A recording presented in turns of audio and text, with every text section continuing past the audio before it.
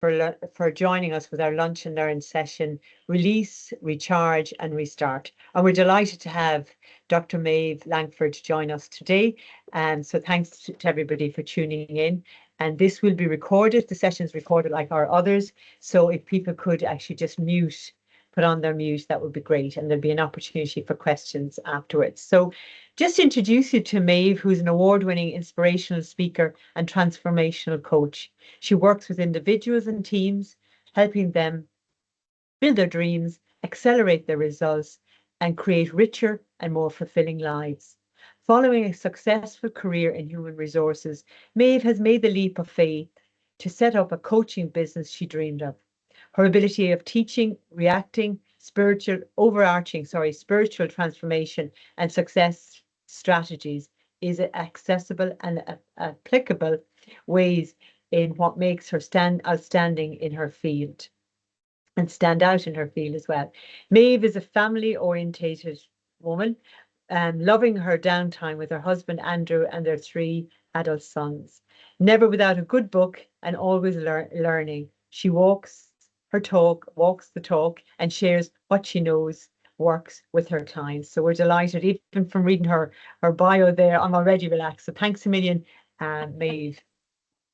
Well, thank you so much. I really appreciate it, and thank you for the patience with the slides and everything. So it's an absolute pleasure to be with all of you. And like yourselves, a lot of my work is still with universities and higher ed, and I know that feeling coming to the end of a semester. So looking forward to sharing with you some tools and suggestions for really ending strong for this year, this semester, and then looking at what would you love to experience over the festive season, and how can we support you in setting yourself up for a great 2025.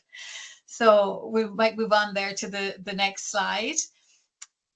And just to kind of share a little bit about myself, I just want to add that, like, where I come from in all of this is that I absolutely believe in people, right? And I believe in you here today, that each and every single one of us, we have more power within us and more potential than any of the challenges we might be experiencing in any circumstances, situations, or conditions that we find ourselves in.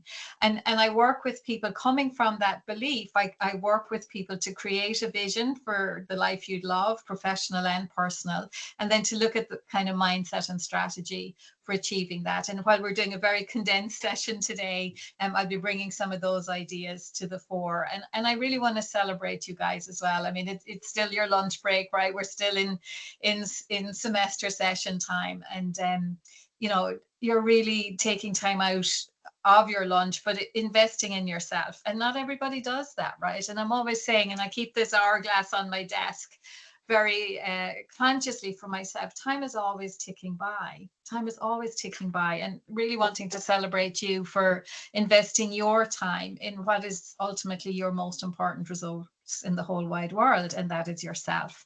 So kudos for that, and apologies that we delayed a little bit, and we're going to be working fast now. This is going to be our first thing that we're going to do, is to look at how do we wrap up 2024 really strong. So encouraging you to have a pen and paper with you as we go through this. And I will, at the end of the session, I have a little gift for those of you who want to go a little bit deeper in the reflection. So stay tuned for that. But for now, looking at my successes, right? To bring the year to a good strong, you really want to be able to take the feedback, right? And some of that is going to be around your successes. So I really want to invite you to think about, what are my successes in 2024? And I'm going to give us a couple of minutes for you to journal a little bit on that. I do have some sound I'll play in the background here, but I have no idea whether you'll hear it. Can you hear some music? I'm not sure, no. Not yet, maybe but not. Don't worry, Maeve. Yeah. Yeah, okay. So keep going anyway. So invite you to think of your whole life, right? So this is not just successes in the workplace, but you might have, I don't know, gotten fitter or healthier in some way this year, or maybe, I don't know, you might have started a family or a new relationship, or reconnected with somebody personally or professionally. And then in the workplace, what has been, you know, a great project completed maybe, or an initiative, mightn't be completed, but it might be underway. Maybe you had some successes in an interaction with an individual student, whatever it is. And then your time and money freedom, holidays you've had, or you know, maybe you got a raise this year, or you got a promotion this year. So really inviting you, looking across the whole of 2024 and make a note of your successes. So just take another minute on that now. Maybe you've been taking notes and making some notes while I've been talking, but I'll give you a minute now with no talk, so that you can really think and concentrate on what some of your successes have been.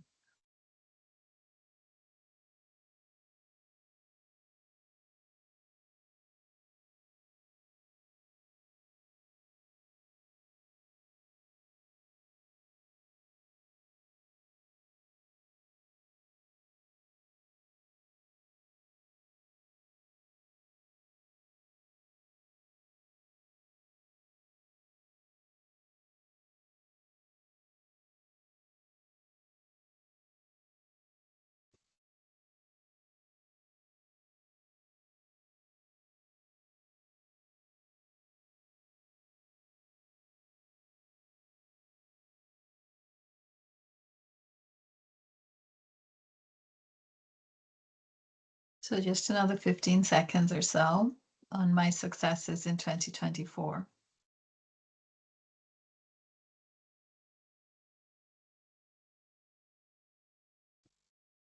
So if you're anything like me and most of the human race, I would say, you know, we have a tendency to not celebrate the successes, okay? The big ones, yes, like a wedding or a graduation, yes, but we don't always capture those kind of smaller successes along the way. So whatever's there on your list, inviting you to consider over the next week or two, or over the holidays, maybe if you are too busy between now and the end of the semester, what's something I could do to celebrate my achievements this year? Okay, no matter how big or small, really inviting you to take a moment with yourself, or you know, if you've had some team accomplishments as well, to think about this. So not just having the Christmas lunch together, but actually celebrating some of the achievements that you shared this year, and really make that something that becomes a habit that you do for yourself and your teams.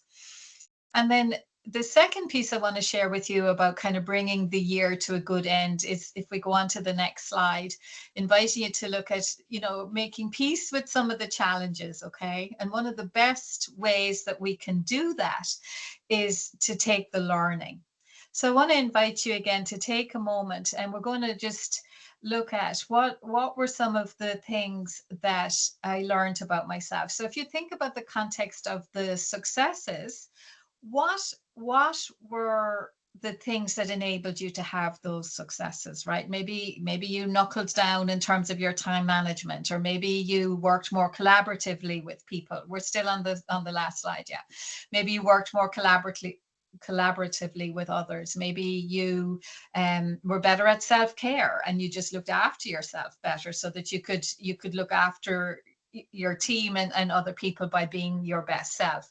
So just noticing what worked for me, what was the learning about what worked well in 2024. And then when you consider some of the challenges, right? So what were some of the things that were difficult for you? What didn't work so well? And what was the learning? So take the learning, right? I believe fundamentally that life is always working for us, even in the challenges, right? Life, it's the universe supporting us to grow muscle in some way, or to take a life lesson in some way. So how did I grow out of some of the challenges and setbacks I've had this year? So in common parlance, we say that every cloud has a silver lining. So really what I'm inviting you to do here, and we'll take a minute for this, what were some of the silver linings in the challenges that I had this year? Maybe you became more resilient. Maybe you learned about setting boundaries. Maybe you developed greater tolerance for others, or you learned a new skill because you couldn't rely on somebody else to do it in some way. Maybe you developed more of a growth mindset. So make a note of some of those things for yourself.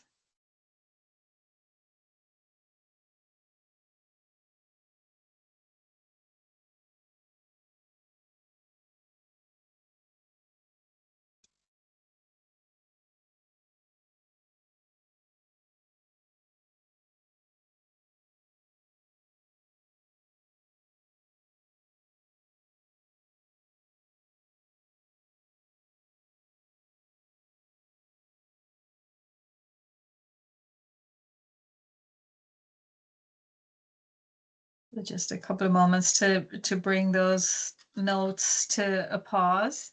And again, this, you might want to do more of this reflection. Okay, we're going through it very quickly right now, but again, when we think about the challenges, right, there's a great phrase that says what we focus on expands, right? So if I'm looking at the challenges in my life, and again, whether this is personal or professional, if I'm focused on challenge, all I will see is more challenges. It can't be any other way. Okay. The reticular activating system in the brain is going to say, well, Maeve's looking a lot at problems and challenges. Let's bring more of them to her attention. And it's the same if we're looking for the good or the learning or the growth that came out of it. Again, the same part of the brain, it's just doing its thing. And it's going to look for, okay, Maeve's interested in growth and learning and development and becoming better. And it will go and it will find evidence of growth and learning and development. So really encouraging you to decide, okay, tough things happen. And there's nothing wrong with us that they do happen. We want to be able to take the learning. So number 3 then, in terms of wrapping up the year and bringing it into a strong close, is if we go on to the next slide there, Caroline, please. It's what I call the tying up of loose ends. So the Celts had a great expression when it was kind of coming up to the end. So this would have been around Samhain and Halloween. That was the end of the Celtic year and the start of the new year. And one of the ways that they talked about bringing a year to a good close was that it was a time of reckoning. So it was looking at where are there some loose ends in my life? And again, this can be personal or professional, but inviting you to think about, where are there some maybe commitments that haven't been fully delivered upon, or maybe there's money owed, or there's paperwork to complete, there's a project to bring to conclusion. And again, it mightn't all be able to bring to an end, but how can I progress it or acknowledge to people where things are at? What do I need to do to just wrap up the loose ends? So just taking 60 seconds again to just reflect on where are those loose ends at the moment for me. And again, I would encourage you to look at personal life and professional life.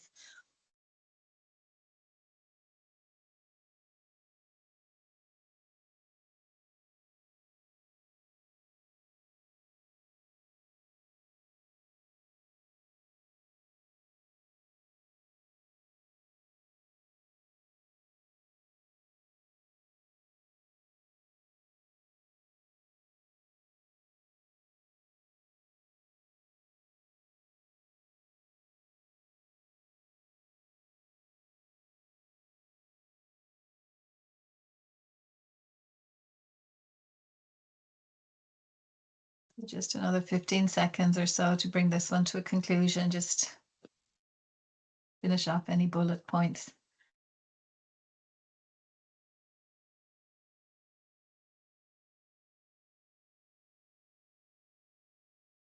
So why is this so important? And the reason I would offer to you is that if you imagine a pipe, a hose pipe, and there are lots of holes in it, it's just leaking energy. And that's what loose ends do to us. They just leak our energy, or leach our energy, if you prefer. Unfinished business, it just leaks energy. So inviting you where you have some loose ends to make some decisions around that. And again, I'm going to assume you do, right? I was going to say I can't see most of you, but like, hands up if you've got a loose end, right? I know I do, and I'm sure you do as well. So really inviting you to think about, or actually to make a decision. Thanks, Orla, I see your hand there. So to make some decisions, right? What can I do with these loose ends so that I'm coming in, I can just wrap up this semester, wrap up 2024 in ways that feel good. So a couple of strategies for how can I deal with the loose ends, right? If it's a deadline on a commitment or a project, or maybe it's a house development initiative that there was a room you wanted to redecorate or tidy out, and if it's not going to get done, right, to consider, do I need to renegotiate this deadline? Okay, so whether that's with your team, with external collaborators, with family members, do I want to renegotiate this deadline and, push it into the new year? It'll be the end of February, or it'll be the end of next semester, or before Easter, whatever feels appropriate. And when you're setting the new deadline, make it as realistic as you can based on the constraints that you're aware of currently. Another option is to just delete it, right? If there's a to-do list, a to-do on your list, and it hasn't gotten done in the whole of 2024, just note, like, is it just not important to you, or is it just not a priority at the moment? And if that's the case, just delete it so that you can get rid of it off that list, and it's not weighing on you just looking at it all the time. Oh, that's something I should be working on.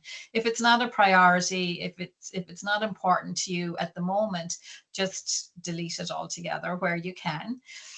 And then the other option is to delegate or outsource. Okay, so again, depending, and again, some of you might be thinking like, well, maybe I've got no one to delegate it to, right? But if it's a home project, maybe partners or kids can step up. If you've got older kids, maybe they can step up in some way. Maybe you could outsource it to, in the workplace, you could just pass it on to another team. And again, I know it's not that you can just give something to somebody. There might be some conversation or negotiation that goes into that. But where could it be passed on to somebody else or delegated to somebody else? And then the final option with that list of loose ends, sorry, just one sec, Caroline, is, can I get it done, right? If I can get it done off the list, get it done before the holidays, before the 31st of December, and just put a by when on that. By when am I going, if this is a get it done task that and again, sometimes will it take effort? Yes, but would it be worth it to just have it done and off the list so that you can go into the holidays with it sorted, or go into 2025? Maybe it's something, if it was a house project, it might be something you'll do over the holidays. You're gonna, do that run to the dump, or you're gonna, pass on a piece of furniture, or whatever it is, paint a room, I don't know. But if you would love it to have it done in 2024, then by when can you get it done, and just schedule it, right? And if you have to get some friends or family or team members or colleagues on board to help with that, get it, send an email and get that organized and set up. And if you would like, if you want to write into the chat something that you are going to get done, whether you're going to, do it, delegate it, and delete it, just write it into the chat, and we'll hold that for each other. Okay, that this is something that I'm going to get done this holiday, or before the 31st of December this year. And those are the three ways that we can just kind of, okay, good on me, good job, 2024, bringing it into a successful conclusion, celebrating my successes, taking the learning from the challenges along the way, and tying up the loose ends. So great job, great job.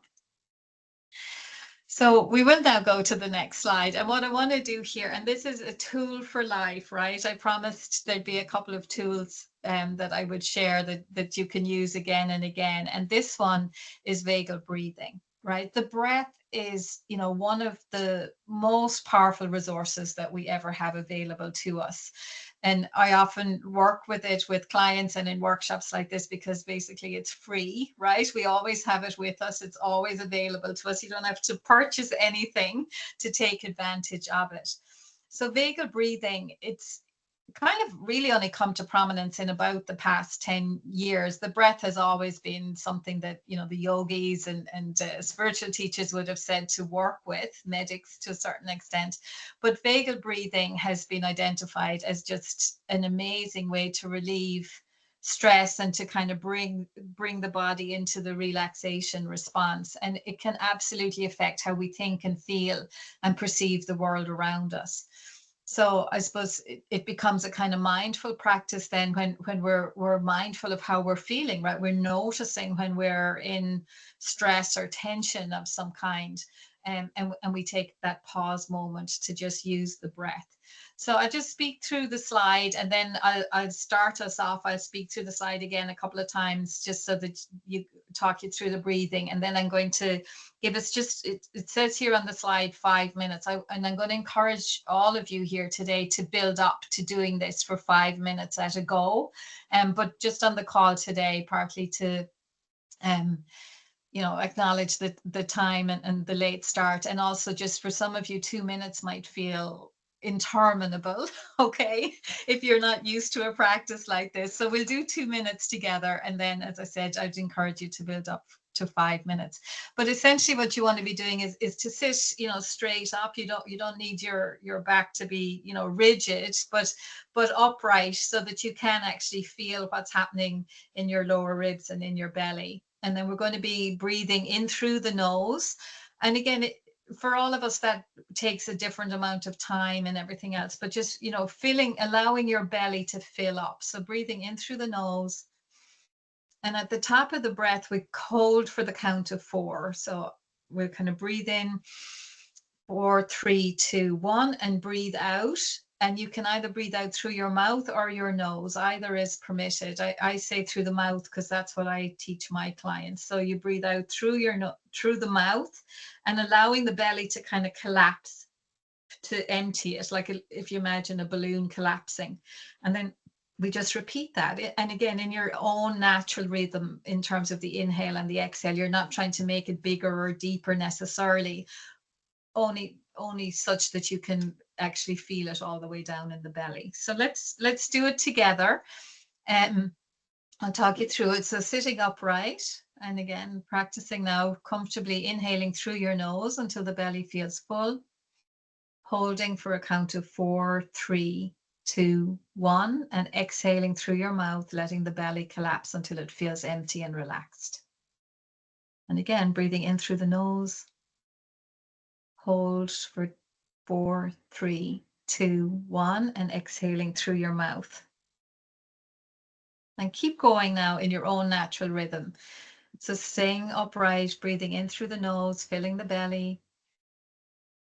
Hold for 4, 3, 2, 1, and breathing out through your mouth,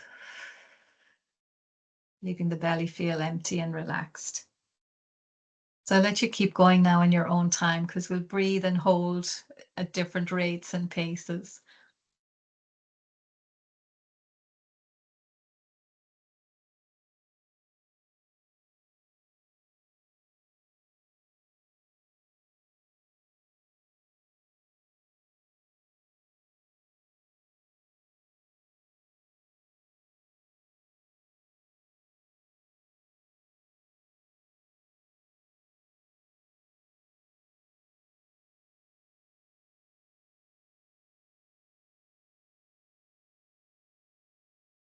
We're about halfway through, 1 minute done.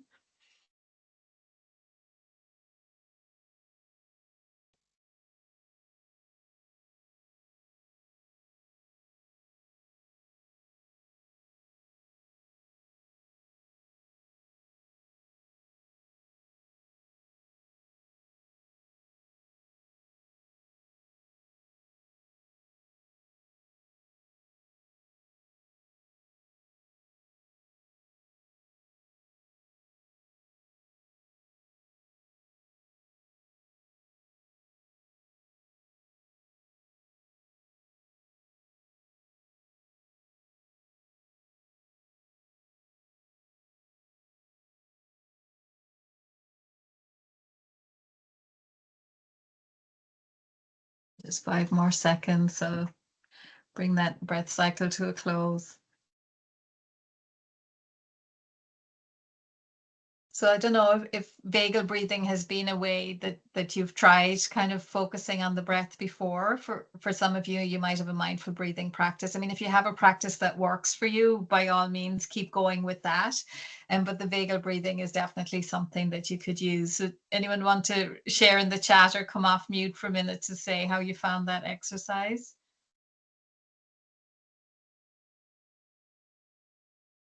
Yeah, I think Yeah. that my understanding, sorry, this is Dawn, my understanding is always, I've always changed my breathing, and I've only come to the realization over the last year or so that you don't change your breathing, like when you sit down to kind of, so I love the idea that you just go with your natural rhythm, and that's kind of something that kind of is something that sticks out for me again, I suppose.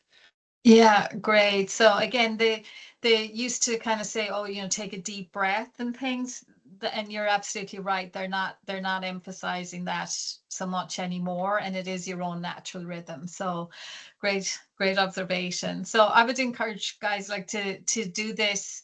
And even come into the holidays, right? This isn't just a work tool. This can be, we're getting busy in the shops, or it's standing in a queue queuing up to pay, or when you're in the kitchen waiting for the kettle to boil, and you don't have to do it for 5 minutes every time, right? But just get into that practice of just kind of, consciously and mindfully using the breath to just bring calm and ease to the situation. And of course, in your professional lives, again, this could be something that you would use with a student, or it could be something that you'd use with a family member in times of stress as well. So it's a great resource. And the more you practice it, the more you have it available to you when you really need it, in terms of feeling stress or um, tension in some way.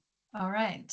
So we'll move on again. So next slide is really inviting you to think about, what would you love this Christmas to be like? Okay. And if you don't celebrate Christmas, if you have other family traditions this time of the year, what would you love this period to be like for you? And really inviting you to think about, like, if I could really have it the way I'd love it, what would that look like? I mean, maybe for some of you, you can't wait to party and socialize and catch up with friends. I was speaking to an academic colleague earlier today, and she's like, she said, we go mad, like we do all our entertaining over Christmas and New Year. And she says we do hardly anything else the rest of the year, but it all happens at Christmas. And she said that, and that, and I said, are you okay with that? And she said, absolutely. I'm really looking forward to it.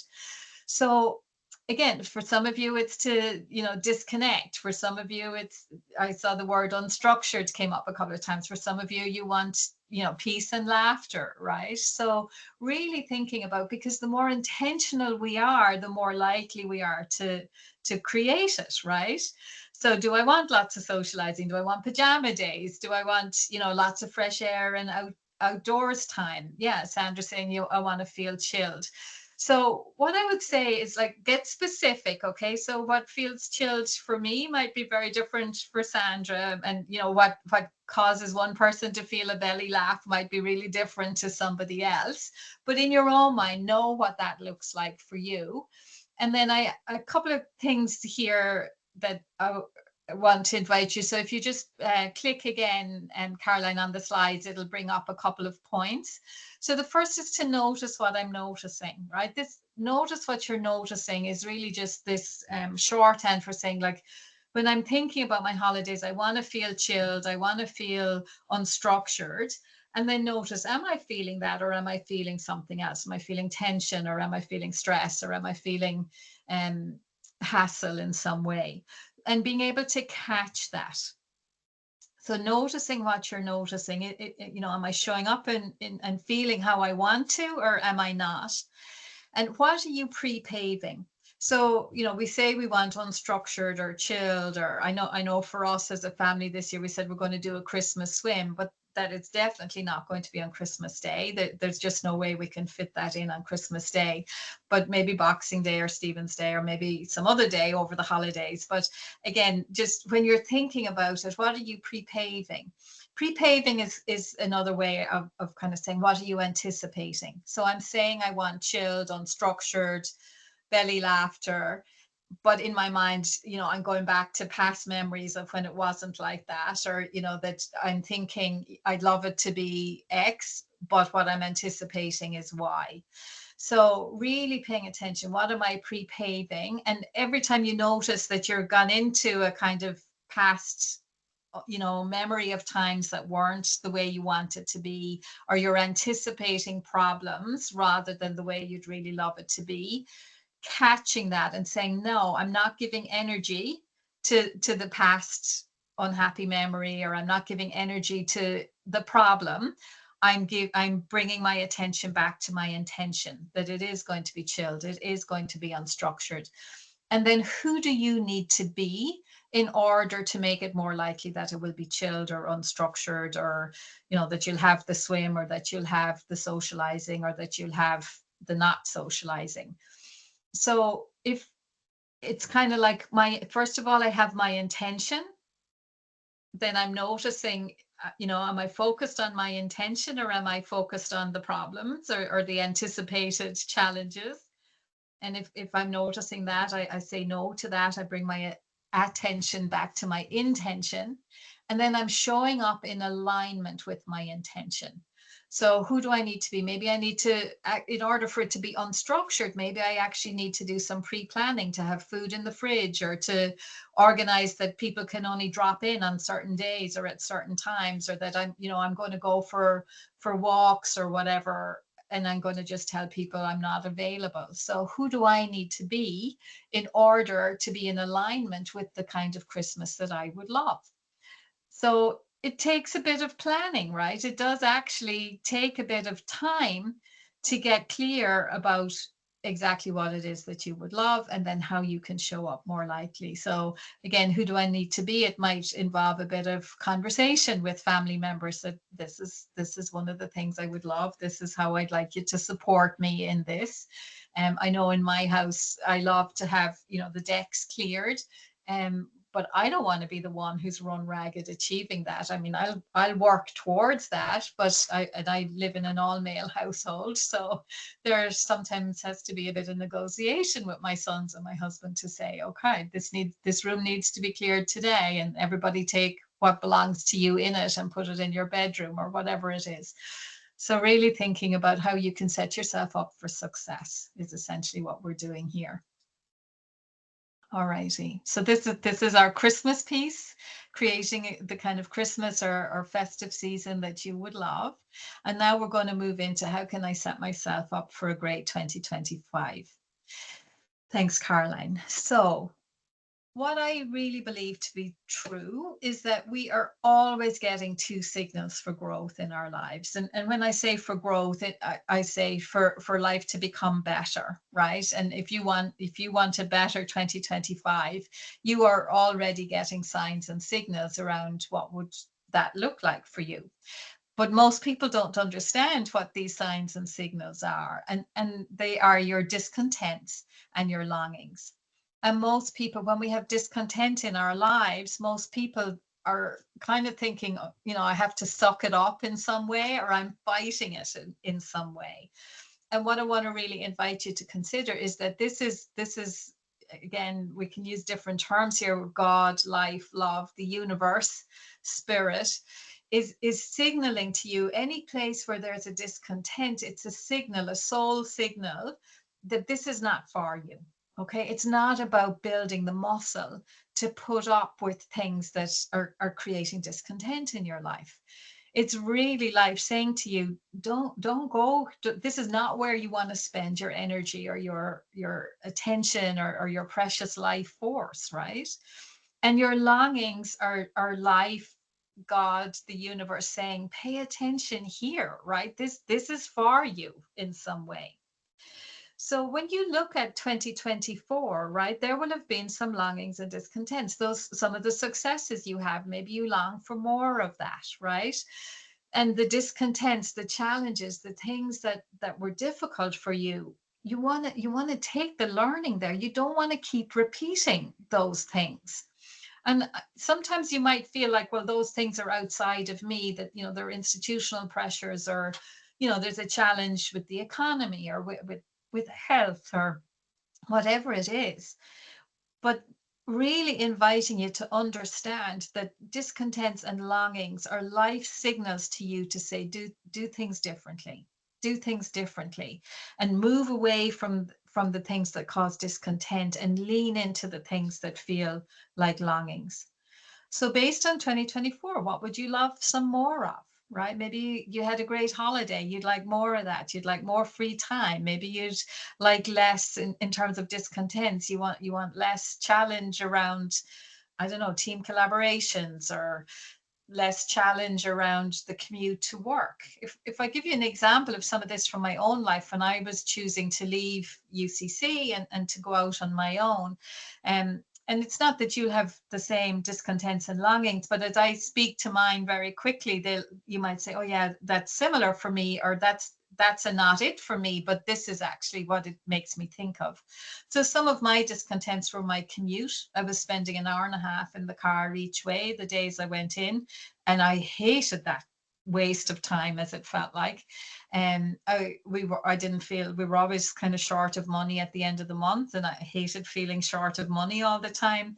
I felt I wasn't having the kind of impact that I wanted to be having, and I was always feeling, my kids were young at the time, feeling torn. You know, when I was at work, I felt I was, you know, missing and not doing things I needed to be doing at home. And at home, I was often thinking about work or trying to, you know, find an hour to do work bits. So those were discontents, right? And the longings were to work for myself, to not feel constrained by organizational expectations. I wanted to be able to work from home. This was pre-COVID, so that seemed like a very novel idea at the time, to be able to work more from home. And I wanted to be able to kind of do the kind of work I'm doing here with you today, to be in the room and doing the teachings and the trainings and sharing with people what I know works, and that could be really more transformational than transactional. So with that awareness, I shaped a vision for what the best life would look like for me. So that's what you want to be doing. And I now work from home, and I am doing these kinds of webinars, and I teach transformation, and I help people to create results in their lives, and they're very motivated when they come and work with me. And my family life improved. We've had better holidays. We've had better home time together. And my kids were young when I first left. And one of the boys, about 2 years after I'd left, I asked them what difference did they think it made that I was now working in a different way. And one of the boys said, Mom, you used to be so angry before, and kind of all the time. But he said, that's all gone now. And I didn't know I was angry, Mom, all the time, right? But that was their experience of me. And this is the thing, when we're putting up with a lot of discontent in our lives, it's going to be impacting. My discontent was mostly in the workplace, but it was impacting at home. And it's going to be the same for you. If there's a lot of discontent or a lot of unanswered longings, that's going to be playing out. So with just that little bit of reflection and awareness, I'm going to take us into an exercise now. And Caroline, if you take us on to the next slide again, I'm going to take you through a little visualization whereby you get to kind of start to just imagine and dream into what would the best possible outcomes look like for me, coming with a little bit of awareness from the discontents that were there last year and some of the longings that you're aware of already. How can we take them now and kind of shape a vision for life as you would love it? And I'm going to keep this kind of focused on work, but again, I'll share a resource with you at the end of the call that if you want to, you can do a bit more of a deep dive on this and make it a more rounded vision beyond work. I again, like we did at the start, your health, your relationships, your vocation, and your time and money freedom. So for a moment, just maybe kind of close your eyes and don't write anything. I'll give you a moment at the end to capture your notes.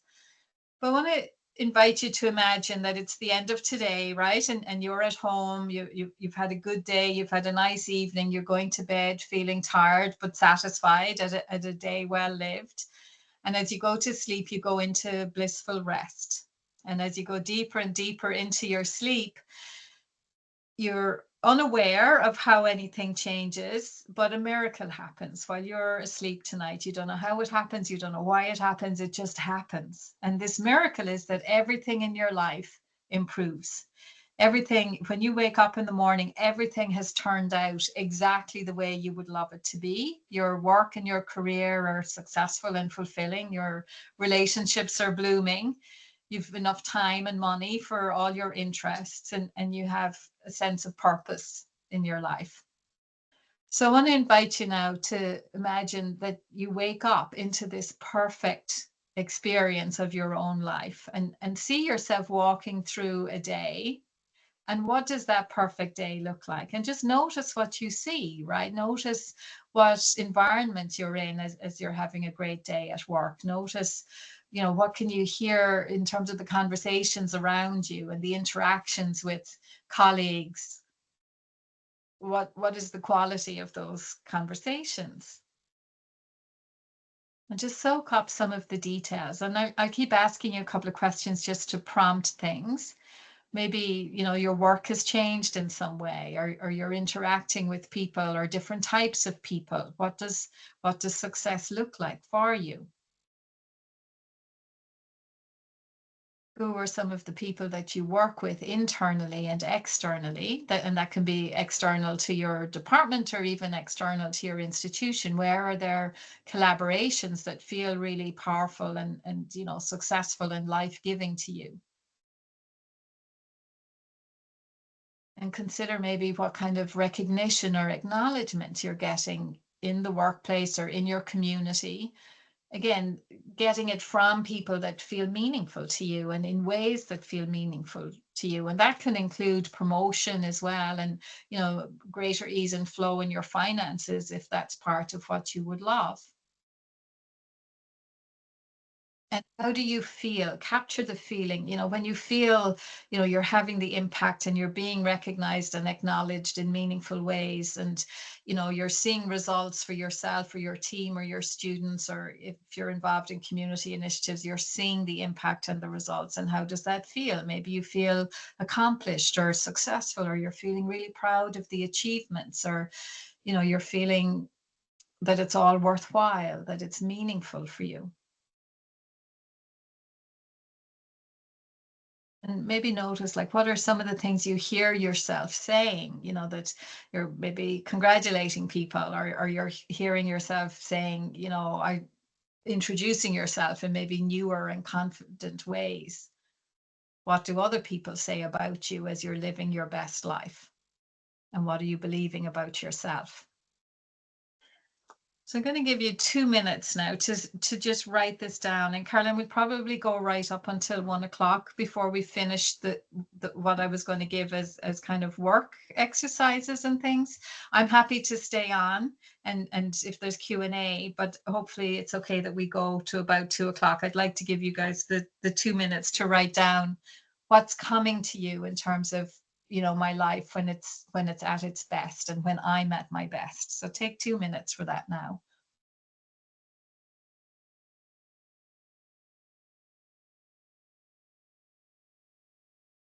Yeah, Sandra, thanks. I see some people need to drop off.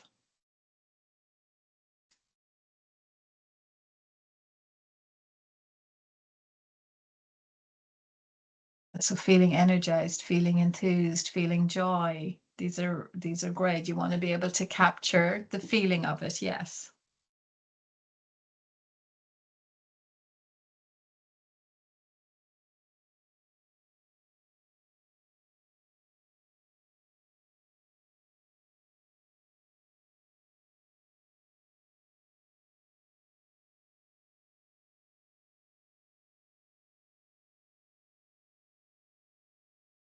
Creating impact.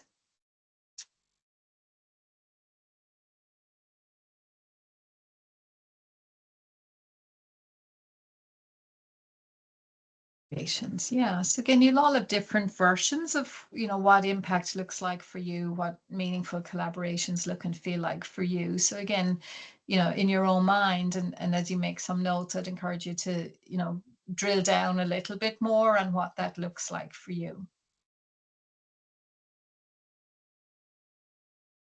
Just 20 more seconds. Again, this is very high level, you guys, just capturing bullets.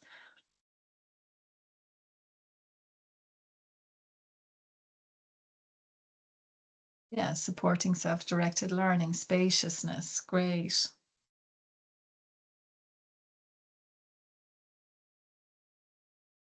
So again, this is work, you know, most people never do this, right? But it takes longer than 2 minutes, I would say, to give it a fair whack.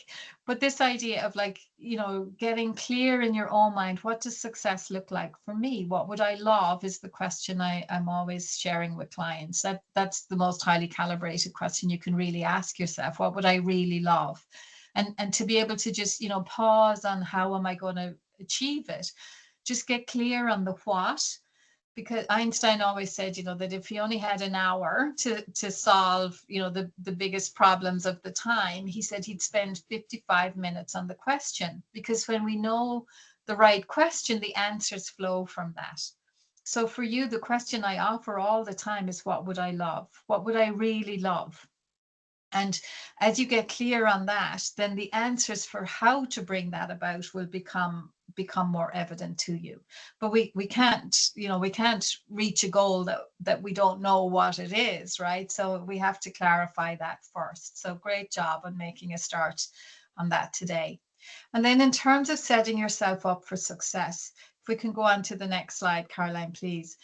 The question I would say to you is, what's a step I can take? So from where you are with what you've got, knowing what success looks like for you, knowing as you're beginning to clarify some of the things that you would love to create and experience in 2025, what can I do from where I am with what I've got?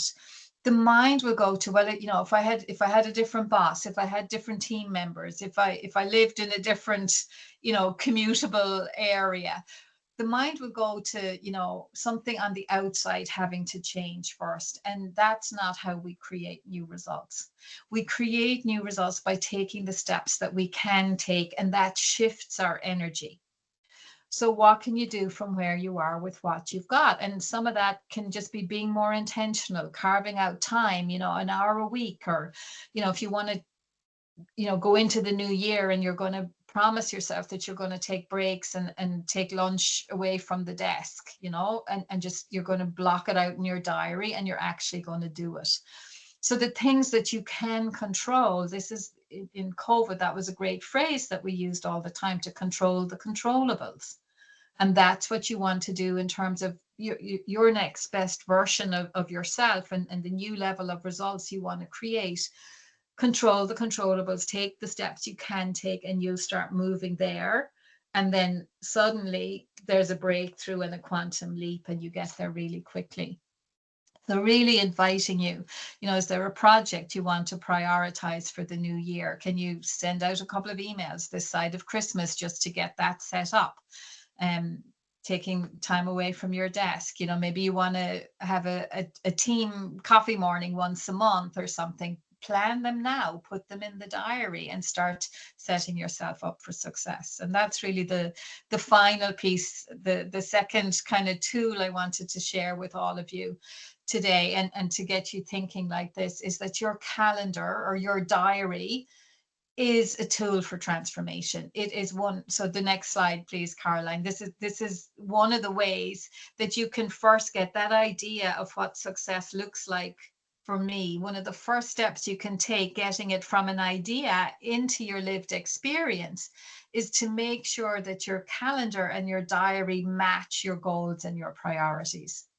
Oftentimes we fill up our diaries with tasks that, yes, they need to be done, but they're not necessarily the most important to us or the most life-giving. And the things that are important to you in life-giving, they should be going in the diary first. And that includes lunch breaks. That includes, you know, health and well-being commitments to yourself. That includes family holidays. One of my great mentors in the world was a woman called Mary Morrissey. And Mary said to me, when she looks at her calendar for the year, thanks, Catherine. When she looks at her calendar for the year, the first things that go in are holidays and family events. And it's a great education, right? You want to put in those important things for you personally. So everything, I would say, goes free time, date nights, community work, and work. It all goes in the diary, not just the work stuff. So putting everything in your calendar, it settles the nervous system, because when you're worrying about, oh, that needs to be done and that needs to be done, when it's in the diary, it's like it says to your nervous system that you've got this, that there's a plan for this. So it hugely reduces your stress. So the second point I have there, your to-do list versus calendarized tasks. I used to be the queen of the to-do list. I used to add things to my to-do list that I had done just so that I could take them off my to-do list, right? I don't even have a to-do list anymore. Everything that I do is scheduled in my diary, and everything has a time and a date allocated to it. And it is absolutely revolutionary in terms of the difference it makes to your nervous system and the difference it makes in terms of what you want to get done. So in the context even of what we were looking at today, and tying up your loose ends, and there are some things I'm sure you have on your to-do list. I would say after today's call, spend a little bit of time, go through your list and just allocate time in your diary when those tasks are going to be done. It's the best. And if some of you are saying maybe there's already too much on my to-do list to get done, you absolutely want to go through that list. What can I outsource? What can I delegate? What can I delete?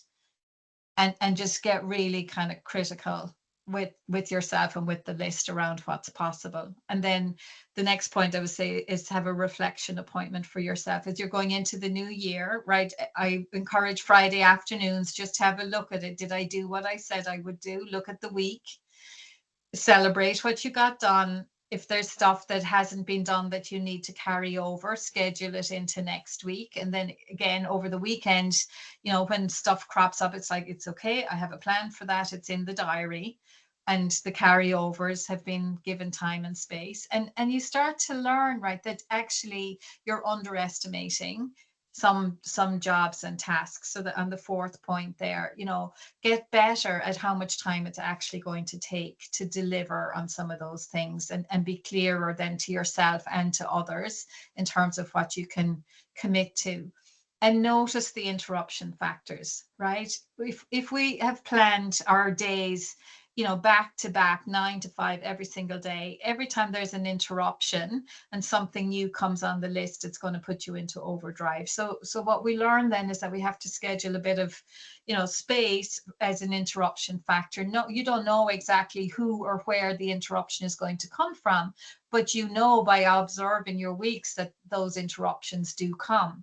So you have to be able to build in time for them. And the final thing I will share with you today is that if there is something that's important to you and you find yourself rescheduling it, it's in the diary, didn't happen, reschedule, didn't happen, reschedule, didn't happen, reschedule. On the third reschedule, if it's something that's important to you, you have to do it, barring accident and emergency.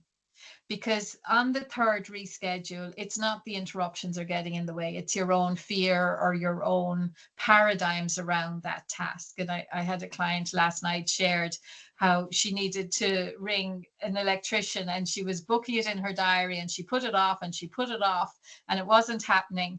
And she said she could hear my voice in her head, and she was on the third reschedule, and she said, okay, I just need to do it. So she rang the guy, got it sorted, and she said afterwards, I don't know why I was making such a big deal of it. And that's the truth of it. 9 times out of 10, it's not such a big deal, but we've made a story about it in our heads. And of course, everything got resolved quickly and easily in that instance. So that would be, those 5 would be kind of what I've learned as a solopreneur in terms of managing my time better and making better choices. So the final slide is just a link to a little resource. It's a free guidebook that I make for clients and workshop participants every year. And it really just takes you through in way more detail some of what we did here today, and supports you in really harnessing your successes from 2024 and building a really strong vision for the life you would love to live in 2025. So that's there, and I can give you a link to it as well, Caroline, that you can send around to the network if people would like to download that. So thank you so much. I will stay on the line, but I know some people have dropped off already, but I'll just stay for a few minutes if anybody has a quick question or wants me to clarify anything. I know we've kind of done a bit of a whistle stop tour, so I'll pause. No problem. Maeve, thanks very much. I was just making some notes there. I just thought, what a lovely way to start your presentation with that you believe in people. And for all of us who are working with people, I just thought that Yeah. resonated with me. And I think the other thing was to make time to celebrate your accomplishments, no matter how big or small, you know, and Yeah. it's all things that we tell students to do, you know, celebrate these achievements, you know. Yeah. And the other thing, I suppose, to set up some the signals, I suppose, going into 2025, it's a new year. I suppose when you work in an academic calendar, as you've done as well, it's kind of halfway through the year and yet we're living in another calendar, you know, so we're kind of exhausted. And again, do what you can do from where, you know, so what was it? Do what you can from where you are, what you've got. Yeah, that means because there'll always be excuses or there'll always be something. So I just thought that was excellent. And the big thing, a challenge for me is see my calendar as a tool for transformation, because sometimes you see a calendar, there's this compulsion to fill it up, you know. Yeah, so it'll probably still be full, Angela, right? But Oh, fill really? it Yeah, up yeah, with the yeah. stuff that's important, because otherwise it gets filled up with other people's demands and expectations and just, you know, the kind of treadmill activities that aren't really going to move you forward. Yeah. So I don't know, does anyone want to unmute and ask Maeve a question? There's some lovely comments here, so I'll just stop a second, Maeve, in case anyone wants to unmute and ask a question or make a comment. Sure. And thank you. I can see Right, the yeah. comments Oh, coming good. through. Yes, good. Yeah. Yeah, that's lovely.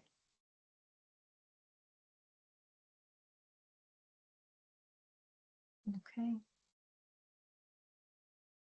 Yes. So Thanks, again, Maeve, Tracy. Yeah, we covered a lot, right? we So that covered was a lot. partly Of why I excellent. wanted to give you guys the little guidebook as well. And actually just, you know, what would you say, full disclosure, at the end of that little workbook, there are 2 master classes coming up, one next week and one on the 6th of January. They're in the evening, so they mightn't suit people at all, but they're free to anybody who wants to come, where we do a bit more of a deeper dive on some of what we've been looking at here today. And so the next week is wrapping up the year, and the 6th of January is launching your new year. So again, if anybody wants to join in that, and just repetition, you know, it's one of the highest ways of learning. So if these ideas are new to you, especially, come and join me again if that would help you. Yeah. So unless there's any more questions, Maeve, just on behalf of the CPD group, thank you very much for coming in, and also giving us your time today, Maeve. And to thank Dawn, our colleague, who recommended yourself, and to Caroline, who madly rushes and organizes everything around behind the scenes for all of us. So thanks very much. And to our colleagues in AHECS, if we don't see you before Christmas and any more calls, wishing you all the very best. And, you know, if there's anything you can take at the end of the year, is to take on board some of what Maeve has said to all of us. So thank you very much. And thanks again. Well, my absolute pleasure. And thank you for the opportunity, and wishing all of you a great